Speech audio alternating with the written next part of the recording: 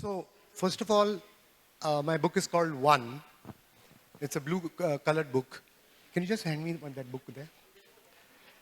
Just so that you know what it looks like when you go to the bookshop and buy it, which I'm sure you will. So, I am not a moral thinker. I'm not an environmentalist. I'm not any of those. I'm a reality check guy.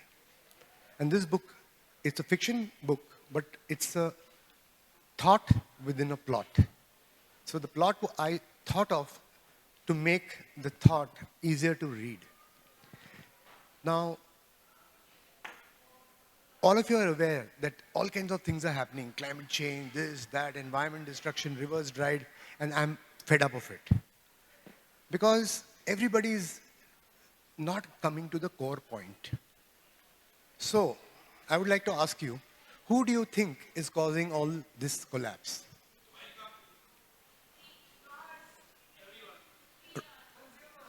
You mean humans? Wrong. You shouldn't have said that. Humans is a species. There are Adivasis. Are they destroying it? Yanomamo, Sentinelese, Baki, San, Eskimos, Pygmies. Are they destroying it? Kotas, Kurumbas, Irulas. There are 5,000 cultures of human beings. And we are just, with one stroke of our pen, we are just saying, oh, all humans are causing it. What a big lie. What a big myth.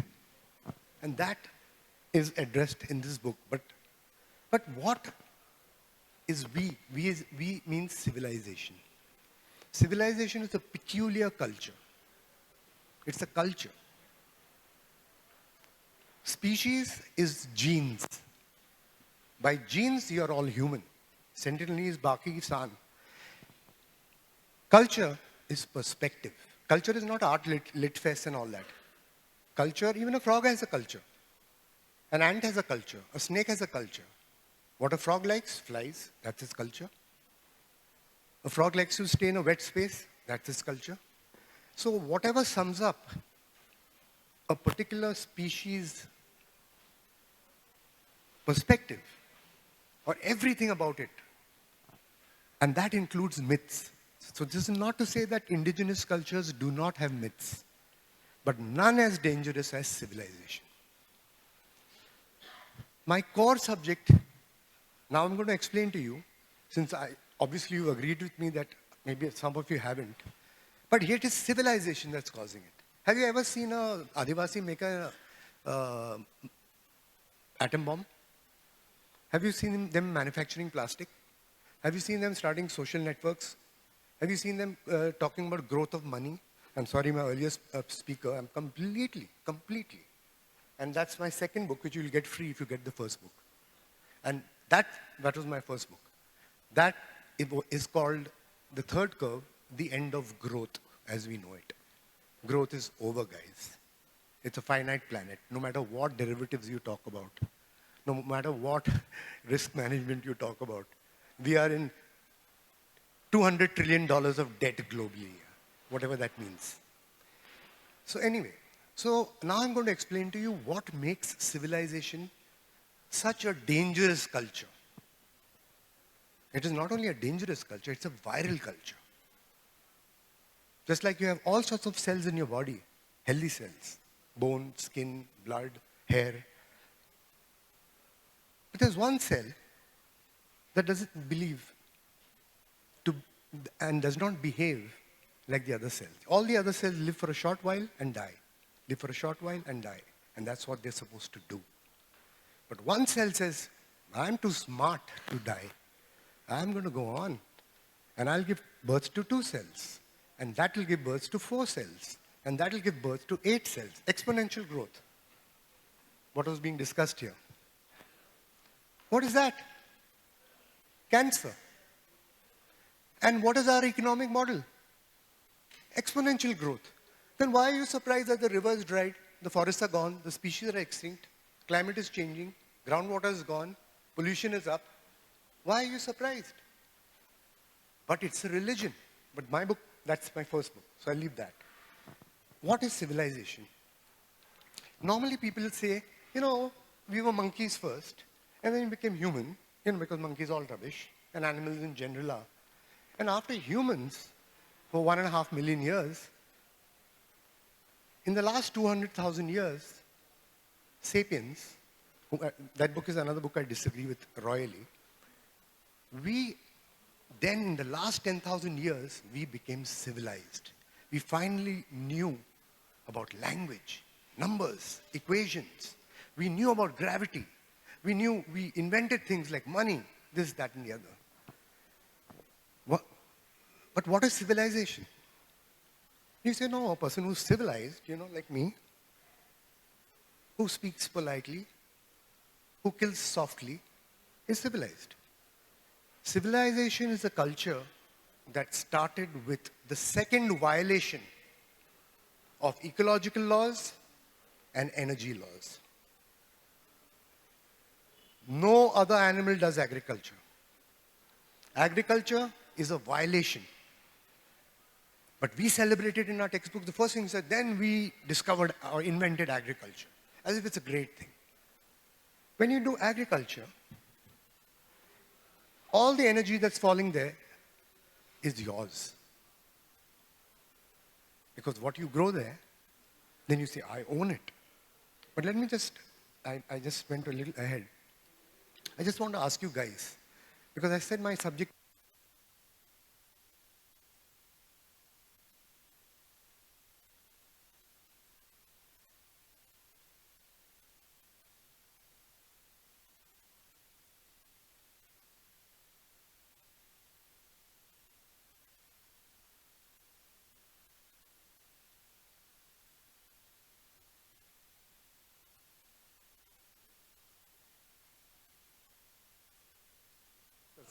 I prefer that. So, I would ask you guys, what is reality? Actually, my subject is reality for the first book and the second book. Now, many people have different concepts of reality. Oh, reality is, oh God, gravity is reality, time is reality, these equations. I don't want to talk about all that. It's not fair. Yeah? I mean, everything is being done to discourage my.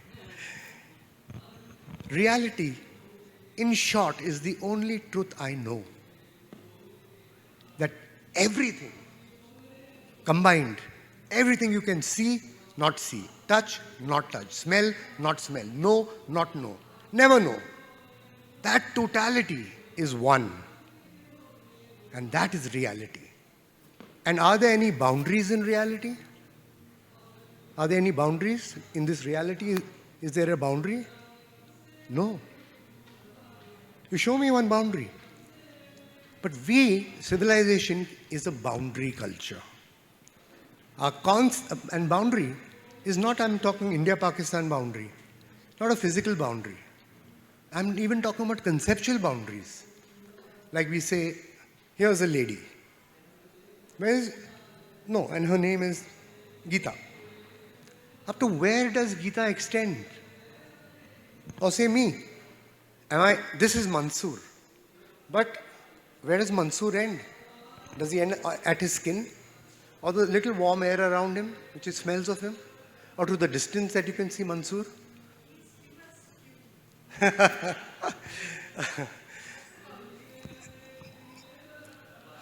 Fake boundary thing. So, there are no boundaries. That's why civilization later wrote Advait. And you celebrated it. But you didn't understand it. Our whole culture, we have names, numbers. Can you show me two of anything? Identical. Challenge you. You can? But you believe in two. Here's an apple, here's an apple. There are 3 trillion differences in them. But you say, no, they're both apples. 2 is a concept. A name is a concept. You're drawing a boundary around something and saying, this is now named this. Which is why in the Bible, their belief is that when Adam was made, the first thing he did was label and name things. It was not Adam. It was civilization. I don't want to rub any Christians the wrong way. My wife is Catholic. But we are a symbolic culture. And where did it come from? Actually, it started with fire. When the first time, 50,000 years ago, when humans lit a fire, some of them, and then others learnt, the first sense of boundary came at night when there was a lit area and a dark. But it was a fuzzy boundary. Because you couldn't say, oh, it's not light. Yeah, there's light here, there's light here, there's light here. There is no actual boundary. It's a fuzzy boundary. But the sense of boundary was getting embedded into humans. 40,000 years later, when the first people did agriculture, and they said, I am growing, this will grow where I want it to grow, when I want it to grow, how much I want it to grow, and then this is mine. That created a hard boundary, the sense of the hard boundary. And what's its name? Let's call it Vice. Rice was called Vice then. So that's where our whole idea and our perception of boundaries. And boundaries are needed to create symbols. Money is a symbol. Money is not value. So you create symbolic thought. This is what. So we are symbolic thought culture. Therefore, our science is faulty. It's intrinsically faulty because it's non-holistic. So there are 5 steps of dealing with reality. Everybody does it. Every living thing does it. Every mountain also does it. Every river does it because I don't distinguish between life and non-life. So here's reality. All this. And first, the creature has to perceive reality. How do you perceive reality? By seeing, by hearing, by touching, by smelling, by tasting. 5. This perception. Based on your perception, you build an understanding. So when I touch this, I get a sense.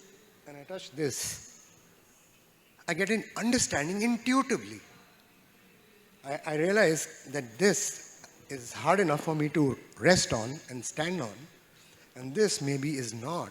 That's an intuitive understanding. Science means understanding. Science does not mean a squared plus b squared is equal to c squared. That is symbolic science. You mean to tell me a tiger doesn't have understanding of its environment, of how to get food, how to look after its kids, how to stay safe, how to find water?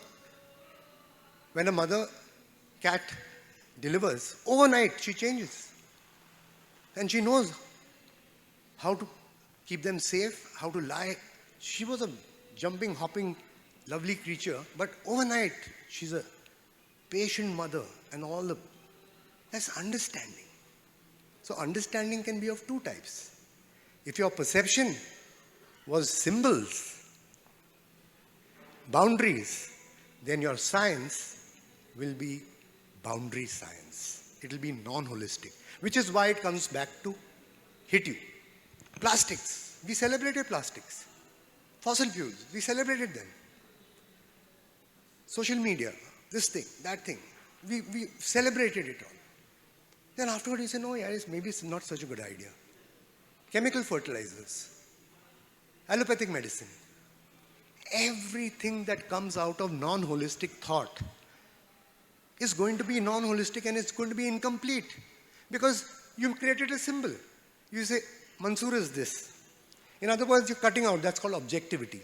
And objectivity is very highly considered, Mansoor, you have to be very objective to understand something. I say, what is objective? No, I'm observing you, I am the subject, and you are the object. And I am separated from you. There is no separation. You mean to tell me the mother cat understands its kittens because it is separated from it? Or does she understand the kittens because she's connected to them? Do you think the Adivasi knows his forest far better than any green or any soil or forest expert? He can make out the trails. He can make out this thing. He can sense where the water. They didn't go to IIT. Just that much knowledge is enough. But when you make it symbolic knowledge, you think that everything can be converted into understanding. No, you can't. And you're not supposed to. So, perception, understanding, which I use the word instead of science. Then when you understand something, then you use your understanding to apply. Like for instance, a beaver understands that it can block the water of a river by putting twigs. So that is application, third step, which we call technology. But it is such a loaded word. It is a hijacked word, just like science is hijacked. It only means your kind of science. You say, oh, he's very scientific. Why? Because he knows the laws of physics and chemistry and he knows H2O and la la la. 3 billion years, no creature knew what H2O is. And they did fine. So, understanding faulty. Therefore, what will the technology be which comes out of a faulty understanding? I can give the same example in relationship. If my perception of my wife is that women are basically inferior. That's my perception. So what will my understanding be? So I go to a doc. Doc, my wife wants to leave me. I'm so good to her. I love her. She's beautiful. I'm handsome. Doc says, what's the problem? So he says, no, I give her everything, whatever she wants, jewels, diamonds, this, that, and the other. But our marriage is failing. That is the fourth step. So perception, understanding, application, outcome. What will the outcome be? If your perception is non-holistic, boundary-based, symbol-based, your science is non-holistic, your technology is definitely disruptive. There isn't a single technology that comes, you say, oh, this carpet is not harming anything. It's not. Do you know what all goes into making this carpet? Do you know what the economics of this carpet is? How many lakh carpets they have to make this possible? So it looks harmless on the front of it. But Adivasis have straw mats. That doesn't do the same thing. So the outcome is collapse, and that is what we were experiencing. So most environmentalists just say, oh, we just have to stop cutting trees. Oh, we just have to stop CO2 emissions. Oh, we only have to stop fossil fuels. Oh, we only have to save water. Why should I save water? Oh, you should save water so that the industry has water to grow. So outcome is collapse. Now we come to the fifth step. Now we've all realized we are in a collapse. So we come to the fifth step, which is called response. Perception, understanding, application, outcome, response. This applies to everything. So when I go to the doctor and say, my wife wants to leave me, he says, oh, I see. How do you perceive your wife? Oh, well, she's a woman, so obviously she's inferior. But I take good care of her. So my understanding is that don't give her financial things to do. Never trust her with property. And you have to, safeguard her, what is it called? Dignity, in other words. So what will the application be? Sweet words, roses, diamonds, yacht trips. Your application is control-based. So the outcome is the marriage doesn't work. So the doctor tells me this, but I walk out of the doctor's office. He says, you have to change your perception. If you don't change your perception of reality or this, nothing will work. And I walk out because the doctor is a woman. So I'm not willing to change my perception. So today, all the bleeding hearts, we have to save the environment, we have to save the earth, we have to save that species, you can't save anything. This culture, civilization, cannot. If we have to understand it the way it was, and that is intuition, instinct.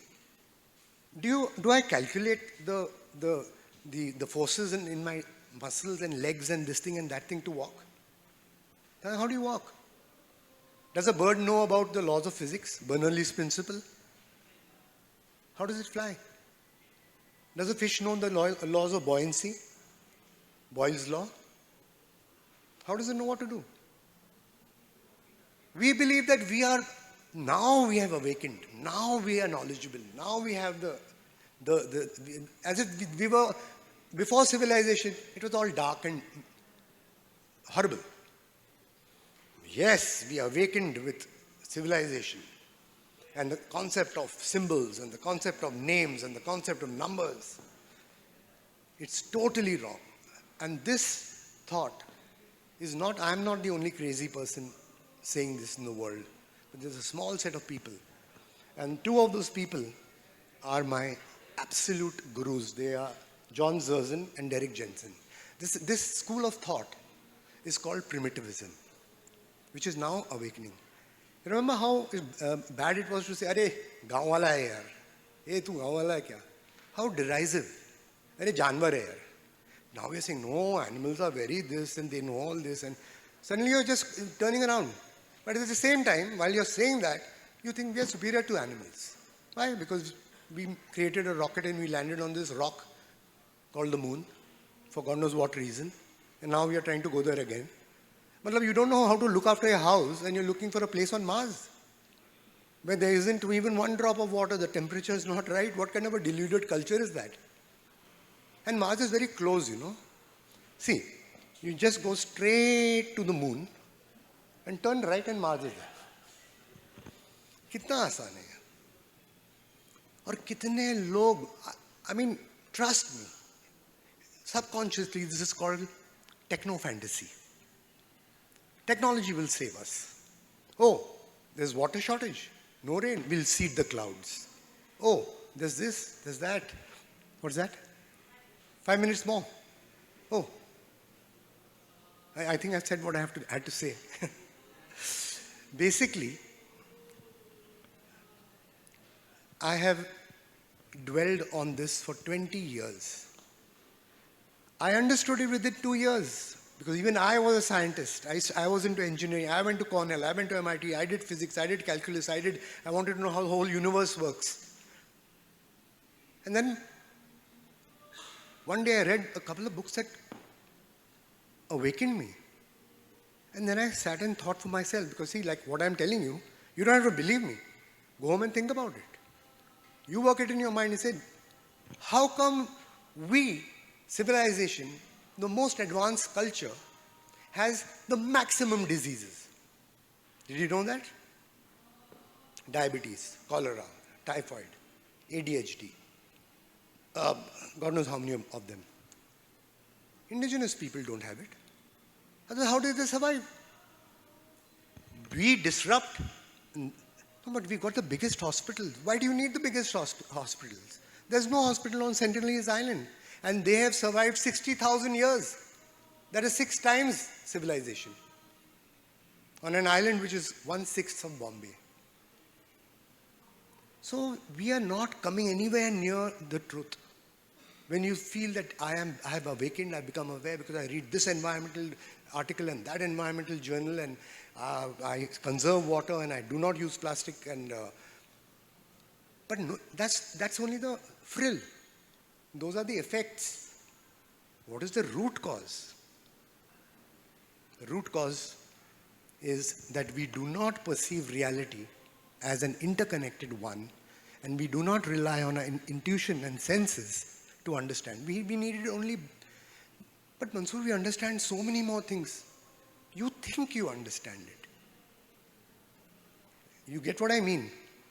But you don't understand it actually, and you were not supposed to. If a frog suddenly discovers, or if all the rats in Bombay discover how to extend their life by 3 times, would you be very happy? But when civilization does it, they say, wow. If any other species does it, it's a pest. What if all the rats suddenly had mobile phones, little things, bionic mobile phones, and they could communicate to each other and escape and attack? Would you like it? That's technology. So when we do it for ourselves, which is the in, the out, the hell with it. The out is all the forests and the trees and the mountains and the air and the rivers and all the other species, and also all the tribal people, those 5,000 cultures. So just think about this. And if you wish, you can buy my book, or you can pay for per hour. I'll come and talk to you. But that's all I had to say.